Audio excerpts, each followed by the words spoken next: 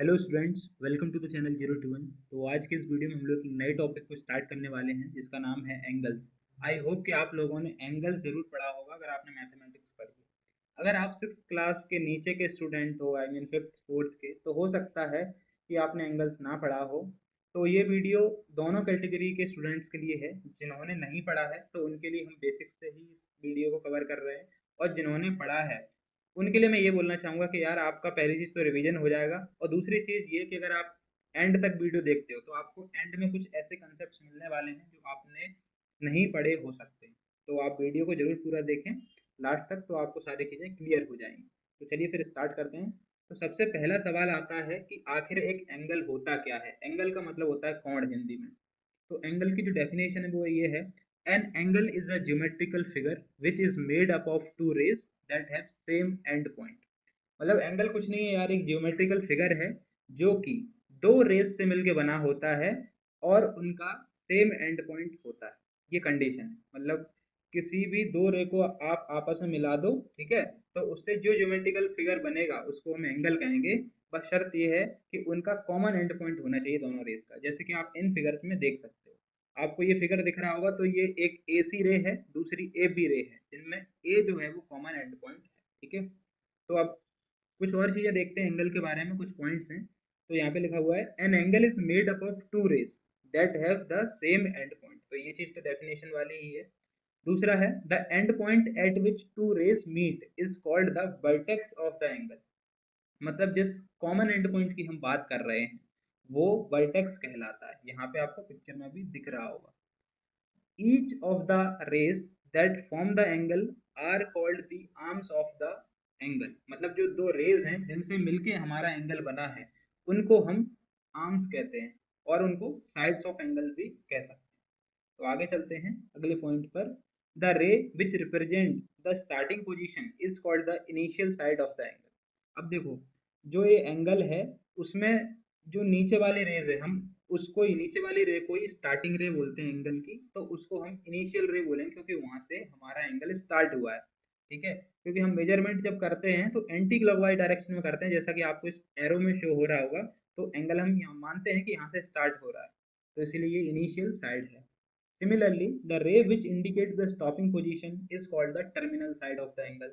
तो जहाँ तक ये एंगल जितना खुलेगा वहीं पे टर्मिनल साइड बनेगी, वही जहाँ पे एंगल खत्म हो रहा है। तो क्योंकि यहाँ पे एंगल खत्म हो रहा है इसलिए इस साइड को हम कहते हैं टर्मिनल साइड। ओके, अगली चीज, the size of an angle depends on the rotation up to the terminal side. The amount of this rotation is called measure of the angle.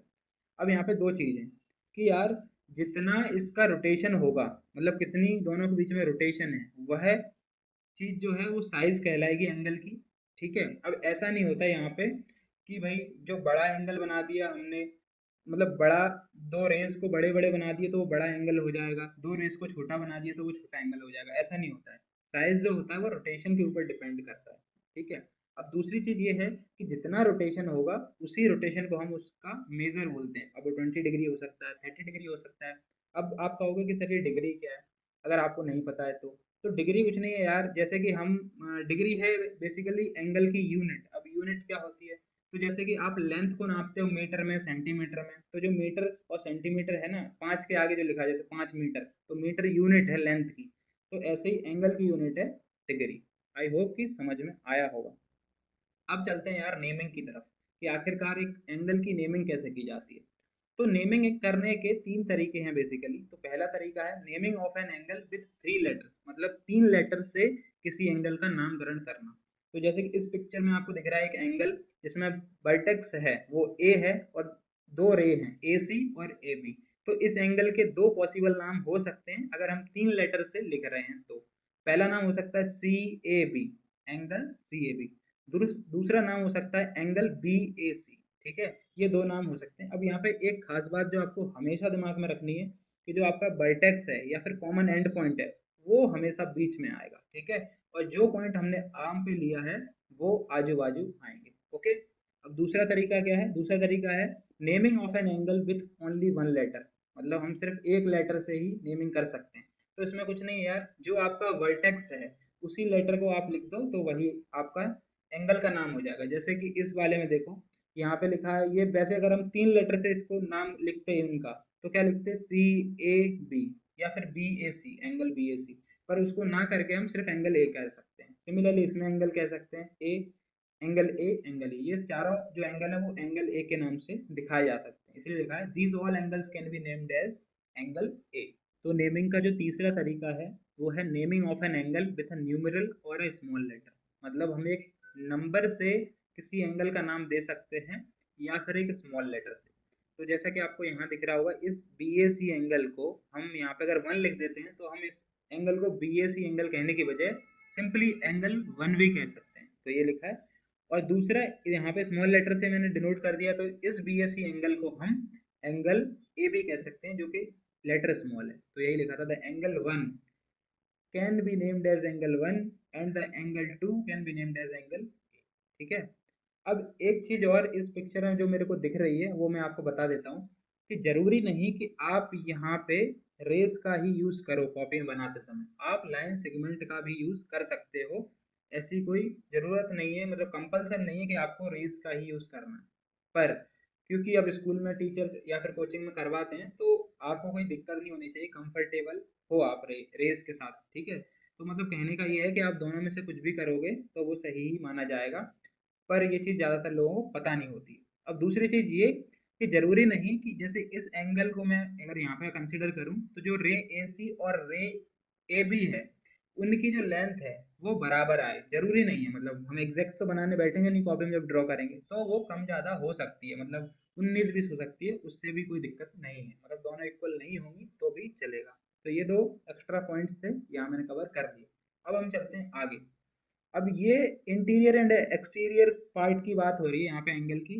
अब यहाँ पे देखो, ये चीज़ मैं फिगर्स वाले वीडियो में ऑलरेडी कवर कर चुका हूँ, अगर आपने नहीं देखा है तो आप देख लेना, और अगर देखा है तो आपको ये चीज़ रिकॉल हो रही होगी। लेकिन फिर भी मैं यहाँ बताऊँ, तो यहाँ पे देखो 3 फिगर हैं, यहाँ पे आपको 3 एंगल दिख रहे होंगे।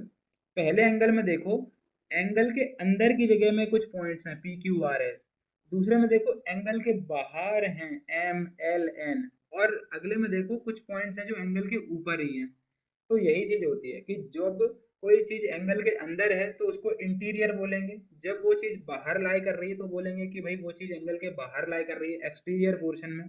और जब एंगल के ऊपर लाई कर रही है तो हम कहेंगे on the side of angle, ये चीज करते हैं। ठीक है। तो यही चीज यहाँ पे मैंने जो बताई वो लिखी है, in figure 1 the points P Q R S lie in the interior of the angle. ठीक है। दूसरे फिगर में points L M N lie in the exterior of the angle, और तीसरे में the points A B O C lie on the angle. तो ये चीज सिंपल सी थी। ठीक है। अब आगे चलते हैं।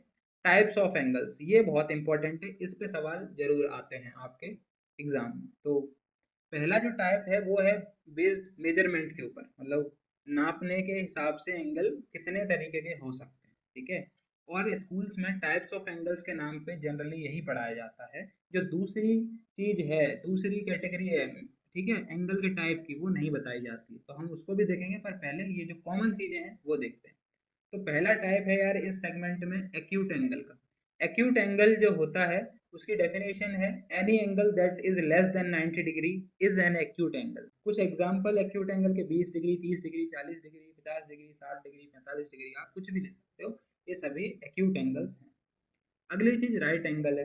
तो राइट एंगल यार वो होता है जो परफेक्टली 90 डिग्री हो, मतलब जिस एंगल का जो मेजरमेंट है वो 90 डिग्री होगा उसको हम राइट एंगल कहेंगे। मतलब if the angle found between two rays is exactly 90 degree then it is called a right angle. ठीक है। और 90 डिग्री एंगल।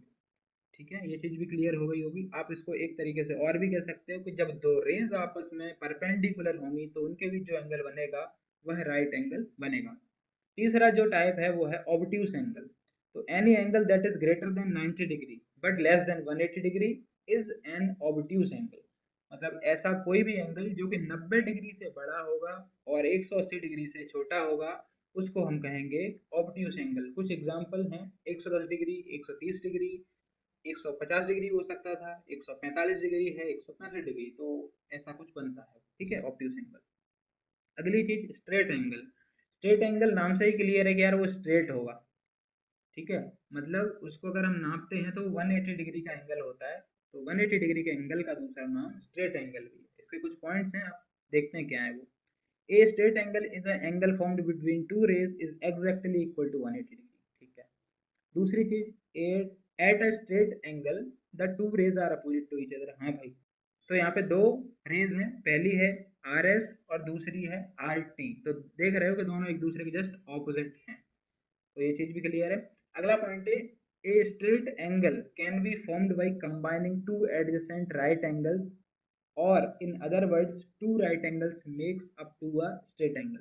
अब इस स्टेटमेंट में क्या बोलना चाह रहे हैं, इस स्टेटमेंट में ये चीज है कि अगर हम दो 90 डिग्री के एंगल को कंबाइन करते हैं तो हमको जो रिजल्टेंट एंगल मिलेगा वो बनेगा 180 डिग्री का। मतलब अब देखो ना, 90 प्लस 90 भी 180 डिग्री होता है, तो एक 90 अगर हम इस साइड से रख देते हैं, एक 90 इस साइड से रख देते हैं, तो दोनों की जो कॉमन साइड है जो ऊपर बनेगी यहाँ पे, उसको अगर हम इग्नोर मार दें तो ये जो एंगल बनेगा वो बनेगा स्ट्रेट एंगल, यानी कि 180 डिग्री का। तो वही चीज बताइए कि दो राइट एंगल्स को अगर हम जोड़ देते हैं तो हमको एक स्ट्रेट एंगल मिल जाता है। अगला टाइप जो एंगल का है वो है रिफ्लेक्स एंगल। अब ये क्या चीज होती है, तो an angle that is greater than 180 degree and less than 360 degree is called a reflex angle. मतलब एक ऐसा एंगल जो कि 180 डिग्री से बड़ा है पर 360 डिग्री से छोटा है, तो उसको कहेंगे रिफ्लेक्स एंगल। कुछ examples, 210 degree, 250 degree, 310 degree. Okay, 300 भी हो सकता था, 350 भी हो सकता था, बस कंडीशन ये है कि 180 से 360 के बीच में होना चाहिए, उसको हम कहेंगे रिफ्लेक्स एंगल। आपको आइडिया भी लग रहा होगा फिगर से कि किस तरीके का आखिर वो एंगल दिखेगा। अगला है six type, full rotation angle और कंप्लीट एंगल। तो कंप्लीट एंगल के नाम से ये ज़्यादा पॉपुलर है, फुल रोटेशन एंगल तो उसको कम ही लोग बोलते हैं। तो इसकी डेफिनेशन क्या है, a full rotation angle is found when one of the arm of the angle goes on a complete rotation और मेक्स अ 360 डिग्री एंगल। मतलब जब एक आर्म जो हमारी टर्मिनल साइड है वो वापस आके पूरा घूम के वापस आके इनिशियल साइड पे ही ओवरलैप कर जाए, तो जितना उसने घूमा है, रोटेशन किया है, वो है कंप्लीट एंगल। मतलब वो पूरा एक चक्कर घूम गई तो वो चक्कर है 360 डिग्री का, तो इसलिए जो एंगल उसने बनाया या कवर किया वो है 360 डिग्री, तो इसी को कंप्लीट एंगल बोलते हैं। ये इस फिगर में क्लियर नहीं हो रहा हो आपको, तो ब्लू वाले फिगर में आपको समझ में आ रहा होगा कि यहीं से स्टार्ट हुआ है और यहीं पे आके खत्म हो रहा है। अगला जो है वो है जीरो एंगल। तो इसका डेफिनेशन देखते हैं तो समझाते हैं। तो an angle that measures as 0 degree is called a zero angle. मतलब एक ऐसा एंगल जिसका मेजरमेंट है जो वो 0 डिग्री है, तो उसको हम कहेंगे जीरो एंगल। अब बहुत सारे लोगों को इस वाले में जीरो एंगल में और ये कंप्लीट एंगल में डाउट हो जाता है, क्योंकि आप देखो दोनों लगभग दिखते हैं एक जैसे ही है, पर अलग जो है वो है मेजरमेंट। तो आप ये समझो कि यहाँ पे जब हम कंप्लीट एंगल की बात कर रहे थे तो हम बाहर वाला एंगल कर रहे थे कंसीडर, कितना उसने घूम के आई है टर्मिनल साइड। पर यहाँ पे ऐसा है कि यार जो टर्मिनल साइड है वो कहीं गई ही नहीं है, ठीक है, वो जस्ट उसके ऊपर ही ओवरलैप कर रखी है। मतलब जो आपकी इनिशियल साइड है वो मूव ही नहीं हुई कहीं, तो टर्मिनल साइड बने वो वही है। तो जो अंदर वाला जो पोर्शन है वो 0 डिग्री बन गया, क्यों? क्योंकि उसने कुछ डिस्टेंस ही कवर नहीं किया, उसने कुछ रोटेशन ही नहीं किया, तो रोटेशन जीरो, तो जो मेजरमेंट है वो जीरो। तो आई होप कि आप इस चीज को विजुअलाइज कर पा रहे होगे 0 डिग्री एंगल। ठीक है, अब चलते हैं आगे, जो कि दूसरा टाइप है एंगल का, मतलब दूसरा क्लासिफिकेशन है types of angles based on rotation. अभी तक हमने जो ये 7 टाइप देखे एंगल के वो थे मेजरमेंट के बेसिस पे, अब हैं 2 टाइप के और हैं, तो वो हैं रोटेशन के बेस पे कि किस तरीके से उनका रोटेशन हो रहा है। ये आपको क्लास में नहीं पढ़ाया जाता है जब आप एंगल पढ़ते हो। हालांकि ये भी सच है कि आप जब बड़ी क्लास में पहुंचते हो तो ये चीज़ आपको अंडरस्टूड हो जाती है पढ़ते पढ़ते। तो मैं आपको यही बता रहा हूँ। तो पहला टाइप है पॉजिटिव एंगल्स। पॉजिटिव एंगल्स क्या होते हैं? तो positive angles are the ones in which angles are rotated from the base in the counter clockwise और एंटी क्लॉकवाइज डायरेक्शन। इस लाइन का क्या मतलब हुआ इस डेफिनेशन का? तो पॉजिटिव एंगल्स उनको हम कंसीडर करते हैं जिनका मेजरमेंट हम एंटी क्लॉकवाइज डायरेक्शन में लेते हैं। अब एंटी क्लॉकवाइज डायरेक्शन क्या होता है? आपने घड़ी देखी है, घड़ी को बोलते हैं क्लॉक। तो जो क्लॉक में सुई घूमती है जिस डायरेक्शन में, उसको बोलते हैं क्लॉकवाइज डायरेक्शन, मतलब राइट टू लेफ्ट कह सकते हो आप, घूमती है। अगर आप 12 से स्टार्ट करोगे तो 12 से वो राइट टर्न होती है, फिर घूम के वापस 12 पे पहुंच जाती है, तो राइट टू लेफ्ट है उसका रोटेशन, तो वो है आपका क्लॉकवाइज। तो जब भी आप एंटी क्लॉकवाइज लोगे, मतलब उसके अपोजिट, तो आप कहोगे कि हम पॉजिटिव एंगल की बात कर रहे हैं, और जनरली हम पॉजिटिव एंगल की ही मेजरमेंट करते हैं जब हम एंगल नापते हैं। तो तो इसकी डायरेक्शन आपको दिख रही होगी इस एरो से। तो ये थे पॉजिटिव एंगल्स। सो अब बात करते हैं हम नेगेटिव एंगल्स की। तो नेगेटिव एंगल्स क्या होते हैं, जस्ट अपोजिट होते हैं पॉजिटिव एंगल्स के। तो वहाँ पे क्या हो रहा था कि जो टर्मिनल साइड थी वो इनिशियल साइड से एंटी क्लॉकवाइज डायरेक्शन में मूव हो रही थी, पर यहाँ पे क्या होगा, जो टर्मिनल साइड होगी वो क्लॉकवाइज डायरेक्शन में मूव होगी, जैसा कि यहाँ पे लिखा हुआ है, दिखाई दे रहा है आपको, direction of rotation is clockwise, therefore जो एंगल बनेगा वो नेगेटिव एंगल बनेगा। अब पढ़ लिया जाए इस चीज को।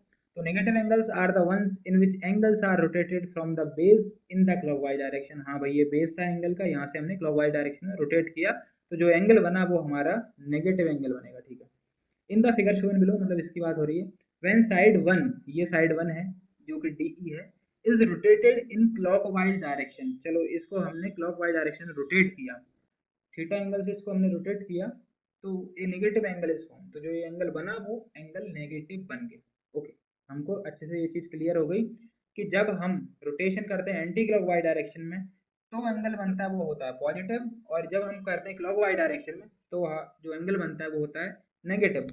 छोटी क्लासेस में इसका कोई इंपॉर्टेंस है नहीं उतना, लेकिन जब आप बड़ी क्लासेस में जाओगे तो इसके एप्लीकेशन और इसके यूजेस आपको समझ में आएंगे। तो कंसेप्ट की बात करें तो इस वीडियो में बस इतना ही है। तो हमने आज क्या क्या सीखा इस वीडियो में एक बार जल्दी से समराइज कर लिया जाए, है ना।